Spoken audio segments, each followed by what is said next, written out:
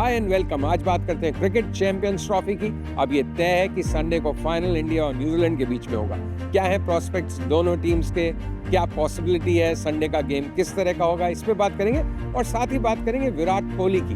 कैसे किंग कोहली एक comeback man की तरह से उन्होंने स्वयं को वापस टीम में एस्टैब्लिश किया है और किस तरह से उनकी भूरी भूरी प्रशंसा हो रही है, तारीफों के पुल बांधे जा रहे हैं दुनिया भर में, खासकर पाकिस्तान में। और पाकिस्तानियों को कैसा महसूस हो रहा है जब सारे इंडिया के मैचेस भी बाहर हुए, पाकिस्तान में नहीं हुए, दुबई में खेले गए और अब चैंपियंस ट्रॉफी का फाइनल भी दुबई में खेला जा रहा है। काफी मन मसोस के जैसे पाकिस्तानी बैठे हुए हैं इस समय। इन सभी विषयों पर चर्चा होगी, लेकिन सबसे पहले मैं आपको रिक्वेस्ट करना चाहता हूँ कि प्लीज हमारे चैनल को लाइक कीजिए, सब्सक्राइब कीजिए और अगर आपको कंटेंट अच्छा लगता है तो शेयर भी कीजिए, कमेंट भी लिखिए अपने।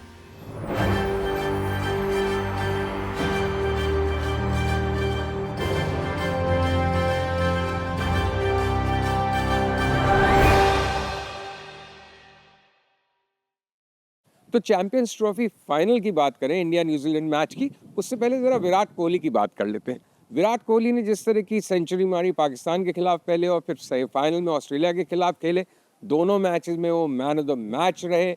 उनके इर्द गिर्द ही टीम की भूमिका रही, वही एक तरह से भारतीय जीत के पिवट बने, स्तंभ बने। उसके बाद से क्रिकेटिंग वर्ल्ड जैसे उन्हें रीडिस्कवर कर रहा है, क्योंकि ऑस्ट्रेलिया में उनकी फॉर्म बहुत अच्छी नहीं थी। वो और रोहित शर्मा दोनों अच्छा परफॉर्म नहीं कर पाए थे। दोनों ने ही वापस अपने आप को रीस्टैब्लिश किया है चैंपियंस ट्रॉफी में। खासकर विराट ने, उन्होंने वापस से जैसे किंग कोहली का खिताब दोबारा से अर्जित किया है, दोबारा से हासिल किया है। और खासकर Pakistani commentators, x cricketers, present players, वहाँ का आम आवाम, जनता किस तरह से लट्टू हो रही है इस समय, किस तरह से तारीफों के पुल बांध रही है, किस तरह से तारीफ करते हुए थक नहीं रहे विराट कोहली की, ये सुनने का भी एक अलग आनंद है। देखिए, पाकिस्तान और ऑस्ट्रेलिया के खिलाफ जिस तरह से विराट कोहली ने अपनी इनिंग्स बिल्ड की है, बहुत ही फोकस्ड ढंग से, अनुशासित ढंग से, डिसिप्लिन के साथ और बिना घबराए, बिना किसी किस्म के डेस्परेशन के, कोई लूज शॉट्स नहीं, कोई वाइल्ड स्विंग्स नहीं, बिल्कुल ढंग से जैसे सर झुका के बहुत ही क्लिनिकल अंदाज में उन्होंने बैटिंग की है। सिंगल्स में ज्यादातर रन लिए हैं, चौके छक्कों पे उनका जोर ज्यादा रहा नहीं है, इंडिविजुअल परफॉर्मेंस की तरफ भी उन्होंने ज्यादा ध्यान नहीं दिया है। एक तरह से विराट कोहली को क्रिकेटिंग वर्ल्ड रीडिस्कवर कर रहा है, जो कि बहुत ही स्ट्रेंज बात है। वो दुनिया के बिगेस्ट रन चेजर माने जा रहे हैं, अब सबसे बेहतरीन बैट्समैन माने जा रहे हैं इंडिया के। देखिए, इंडिया के 3 टॉप बैट्समैन रहे हैं जब से मैंने क्रिकेट देखना शुरू किया है: सुनील गावस्कर, सचिन तेंदुलकर और अब विराट कोहली।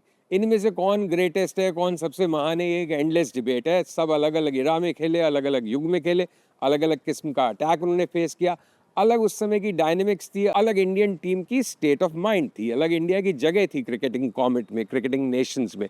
तो सभी अपने आप में महान है, सभी ग्रेट है। लेकिन विराट कोहली अब जिस तरह से खेल रहे हैं, 36 साल की उम्र में, क्या तो उनकी रनिंग बिटवीन द विकेट्स है, इतने हार्ड सिंगल्स वो लेते हैं, इतना तेज दौड़ते हैं। फील्डिंग देखिए आप उनकी, बाज की तरह गेंद पे झपटते हैं, गुलाटी मारते हैं फील्ड पे, और किस तरह से एक एनर्जी देते हैं वो सारी टीममेट्स को। इतना एक्साइटेड रहते हैं, इतना हाइपर रहते हैं, इतना फोकस रहते हैं। हर बॉल पे उनका रिएक्शन है, हर कैच पे रिएक्शन है, हर रनआउट पे रिएक्शन है, हर अच्छी फील्डिंग पे रिएक्शन है। और जो अच्छी फील्डिंग नहीं करता है, जैसे कुलदीप यादव के साथ हुआ ऑस्ट्रेलिया के अगेंस्ट सेमीफाइनल में, तो उनका काउंटर रिएक्शन भी होता है। बहुत ही जबरदस्त डांट लगाते हैं, मुंह बनाते हैं और कुछ अपशब्दों तक का प्रयोग कर जाते हैं। लेकिन जो बात है, उनका कमिटमेंट क्या है गेम के प्रति और इंडियन टीम के प्रति, वो काबिले तारीफ है और उसका डंका आज सब जगह बज रहा है। तो पाकिस्तान और पाकिस्तानियों ने जिस तरह की स्पोर्ट्समैन स्पिरिट दिखाई है vis a vis Indian cricket team and specially vis a vis Virat Kohli, किस तरह से उनको पलकों पे बैठाया है, किस तरह से उनकी तारीफ कर रहे हैं, किस तरह से कोहली के हर अंदाज की, हर अदा की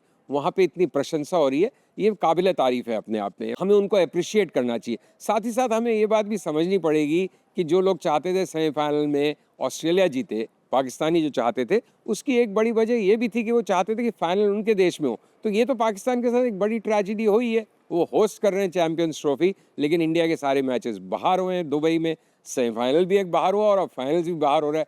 तो होस्ट नेशन की तो बिल्कुल ही कच्ची हो गई एक तरह से, और उनकी खुद की टीम यानी पाकिस्तानी टीम का इतना फ्लॉप शो रहा है, वो क्वालिफाई तक नहीं कर पाए सेमीफाइनल के लिए, ज़्यादातर मैच हारे अपने, तो उससे भी पाकिस्तानी खासे डिसअपॉइंटेड है। लेकिन इन सब के बीच भी वो जिस तरह से विराट कोहली को अप्रिशिएट कर रहे हैं, उसको हमें भी अप्रिशिएट करना चाहिए।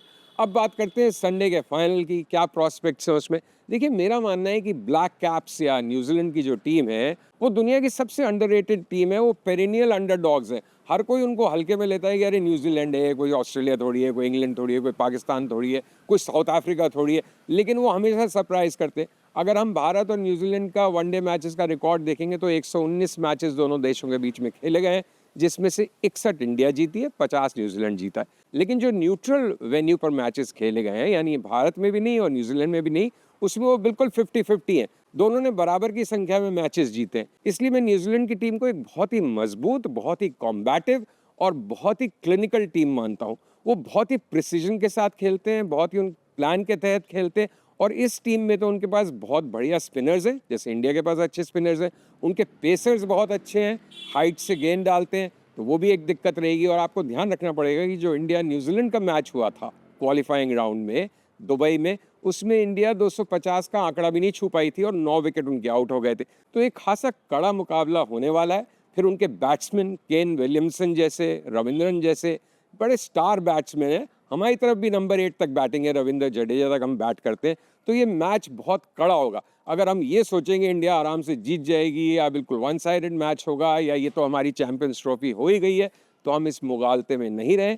संडे का इंतजार करते हैं, मैच ज़बरदस्त होगा, बट चाहते हम सब यही हैं कि इंडिया जीते। So thank you very much for watching and let's all wish the Indian team all the best for the Sunday final.